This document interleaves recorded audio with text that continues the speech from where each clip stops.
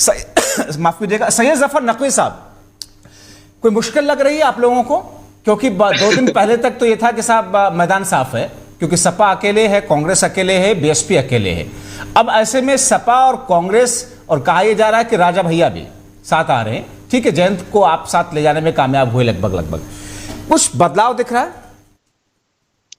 खान साहब, बदलाव ये हुआ है कि चलिए अब इस गठबंधन के, सो कॉल्ड गठबंधन के लोगों ने ये फैसला कर लिया है कि कितनी कितनी सीटों पे इनको हारना है। जीतने की बात तो नहीं है, हारने वाला अपना आंकड़ा सेट कर लिया कि इतनी सीटों पे ये हारेंगे और उतनी सीटों पे वो हारेंगे। 2024 का लोकसभा चुनाव प्रधानमंत्री नरेंद्र मोदी जी की कुशल नेतृत्व में हम 400 पार के जिस आंकड़े को लेकर आए हैं, हम उस पर निश्चित तौर पे काम कर रहे हैं। इनका गठबंधन अब ये फाइनल कर पाया कि सीटें कितनी होगी। हमने बूथ बूथ पे अपने कार्यकर्ताओं को, अपने जितने भी समर्पित लोग हैं, उनसे बूथ तक जा जाकर जन जन तक अपनी बात पहुंचाने का काम 2014 से लेकर 2024 के आगामी चुनाव के लेके, जहां पर हमारे लूप होल्स थे, हमने वहां पे भी काम करके अपने संगठन को और पूर्णतया मजबूत किया कि जिन मुद्दों पे हम बैकफुट पे जाते थे, जिन समाज जैसे अल्पसंख्यक समाज से हम अछूते रह जाते थे, हम उस अल्पसंख्यक समाज के साथ भी आगे बढ़ रहे हैं। ये जो सो कॉल्ड पीडीएफ की बात कर रहे थे, पिछड़ा, दलित और अल्पसंख्यक आदिवासी की, इनको अभी तक अल्पसंख्यक समुदाय से मात्र 2 नेता मिले हैं, और वो भी वो नेता मिले हैं, एक जो है सो कॉल्ड माफिया ग्रुप के नाम के साथ जुड़ा हुआ है, और एक सो कॉल्ड जिनकी एक एज लिमिट हो चुकी है, अब उनको चुनाव नहीं लड़ना चाहिए, विश्राम करना चाहिए, उनको दे दिया है। इनके पास मुसलमानों में भी नेता वही होते हैं जो दरी और चादर बिछाने का काम करें, इनको नेतृत्व का मौका नहीं दिया जाता है। और सो कॉल्ड गठबंधन सिर्फ रणनीति अपनी सेट करता रहेगा। 2024 में चुनाव की घोषणा भी हो जाएगी, तब भी आपस में किटपिट मची रहेगी, हम इतनी सीटों पे लड़ेंगे, हम इतनी सीटों पे लड़ेंगे, और 2024 के चुनाव की हम ऐतिहासिक जीत दर्ज करके इनको पुनः बता देंगे कि जनता को विश्वास केवल नरेंद्र मोदी के कुशल नेतृत्व पे है। नहीं, मगर कुछ तो समीकरण बदलेगा ना, ये बिल्कुल भी समीकरण नहीं पड़े। 2 शक्तियां तो इकट्ठा हुई है ना, सपा और कांग्रेस तो इकट्ठा हुई है ना।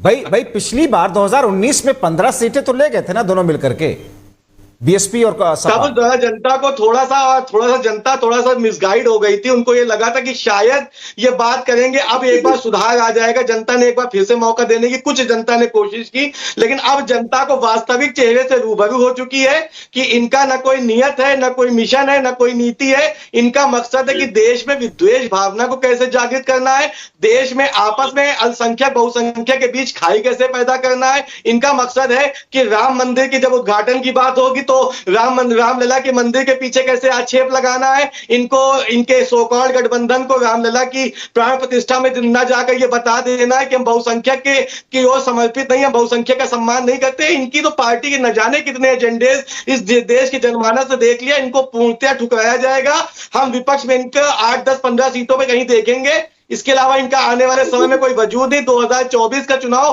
पारदर्शिता से एकदम स्पष्ट है कि हम 400 प्लस की सीट पे फाइट नहीं कर रहे, हम यकीनन जीत रहे हैं। देखा जाएगा तो ठीक है। सैयद जफर नकवी साहब, ये जो स्थिति इस वक्त बताई दिलीप यशवर्धन जी ने, जाहिर तौर पर वो आपको भी सूट कर रही होगी और आपके समर्थकों को भी सूट करेगी, मगर क्या यही स्थिति है या इसका कोई और पहलू भी है? देखिए खान साहब, एक समय था जब देश की जनता मिथ्या में और भ्रामक तरह की जो इनकी रणनीतियां होती थी उसमें उलझी होती थी। 2014 के बाद जब कुशल नेतृत्व मिला और लोगों को समझ में आया कि ये वास्तविक तौर पे सबके साथ, सबके विकास और सबके विश्वास की बात कर रहे हैं, ये वास्तविक तौर पे समाज के हर तबके को एक साथ लेकर चल रहे हैं, इनके बीच में अल्पसंख्यक और बहुसंख्यक मेन स्ट्रीम में चलता है, कोई सेपरेट बॉडी नहीं होती कि कोई बैकफुट पे हो या कोई फ्रंट फुट पे हो। ये जब एक हाथ में कुरान और एक हाथ में लैपटॉप की बात प्रधानमंत्री नरेंद्र मोदी करते हैं तो एम फैक्टर, जिसको हमेशा इन लोगों ने लूटने का काम किया, जिसको हमेशा इन्होंने गुमराह करने का काम किया, वो एम फैक्टर कहीं ना कहीं इंटरैक्ट हुआ प्रधानमंत्री नरेंद्र मोदी जी की कुशल नेतृत्व की तरफ, उनकी सोच की तरफ। और जिस तरह से प्रधानमंत्री नरेंद्र मोदी जी ने विश्व स्तर पर अपनी ख्याति बनाई, भारत देश के नाम को रोशन करने की जिस तरह से लगातार कोशिशें हुई, बहुत से ऐसे डिस्प्यूट हुए, मैं कभी इस चीज से एतराज नहीं करता हूं कि कुछ कमियां रह जाती हैं, लेकिन उसके बाद भी उनमें सुधार किया गया, उनमें कोशिशें की गई कि जहां पर लूप होल्स रह गए हमने उन लूप होल्स पे लगातार काम किया और प्रयासरत ये रहे कि हम बूथ स्तर तक पहुंचकर हर उस इंसान तक अपनी योजनाओं का लाभ भी पहुंचा सके, हर उस इंसान तक ये भी बता सके कि जो मिथ्या फैली हुई थी वो वास्तविकता नहीं है बल्कि मिथ्या फैलाई गई थी, एजेंडे फैलाए गए थे। आज देश का अल्पसंख्यक और बहुसंख्यक प्रधानमंत्री नरेंद्र मोदी जी के साथ है, उसके पीछे वजह है उनकी देशव्यापी नीति, उनके सबके साथ की बात, सबके विकास की बात और सबके कल्याण की बात। राकेश जी, मैं आपकी तरफ आऊं। सैयद जफर नकवी साहब, अब अभी थोड़ी देर पहले राकेश जी ये कह रहे थे कि साहब पुलिस भर्ती परीक्षा पेपर जिस तरीके से लीक हुआ ये तक नहीं संभाल सके, ये भी तो जनता देख रही होगी ना। हालांकि अभी लीक हुआ नहीं हुआ क्या चीजें, वो सब जांच का विषय तो है। मेरा सवाल ये है कि राजस्थान में ये चुनावी मुद्दा बना था, पेपर लीक का मुद्दा चुनावी मुद्दा बना था पिछले चुनाव में बीते कुछ महीने पहले, और ये चुनाव से ठीक पहले हुआ, पुलिस भर्ती परीक्षा में हुआ है, तो ये भी तो लोगों के जहन में होगा ना। देखिए, उत्तर प्रदेश पुलिस भर्ती बोर्ड के द्वारा ऑफिशियल स्टेटमेंट आ चुका है कि इस प्रकार की कोई भी चीज वास्तविकता नहीं है बल्कि ऐसी एक भ्रामक न्यूज फैलाई गई है। कुछ ऐसी चीजें एविडेंस के तौर पे सोशल मीडिया पर इंपैक्ट की गई कि जिससे कि एक सो कॉल्ड एजेंडा फैलाया जाए, लेकिन अभी तक उत्तर प्रदेश पुलिस भर्ती बोर्ड का ऑफिशियल स्टेटमेंट है कि ये केवल और केवल भ्रामक खबर है, इसका वास्तविकता से दूर दूर तक कोई लेना देना नहीं। जैसे कि कांग्रेस और सपा आएगी तो 2024 से भारतीय जनता पार्टी को नुकसान होगा, ये वैसी ही भ्रामक न्यूज है जैसे ही उत्तर प्रदेश पुलिस भर्ती बोर्ड की पुलिस परीक्षा की न्यूज है। सैयद जफर साहब, आप रिस्पॉन्ड करना चाहते जल्दी से कीजिएगा, मैं आ रहा हूं दिलीप जी के पास। स्मार्ट सिटीज की बात करते हैं राकेश जी, जरा सा गूगलवा खोलिए, गूगलवा पे ज्यादा अच्छा दिखेगा। लखनऊ है, आगरा है, झांसी, वाराणसी, इलाहाबाद है, प्रयागराज है, अलीगढ़ है, सहारनपुर है, कानपुर है, बरेली, मुरादाबाद है।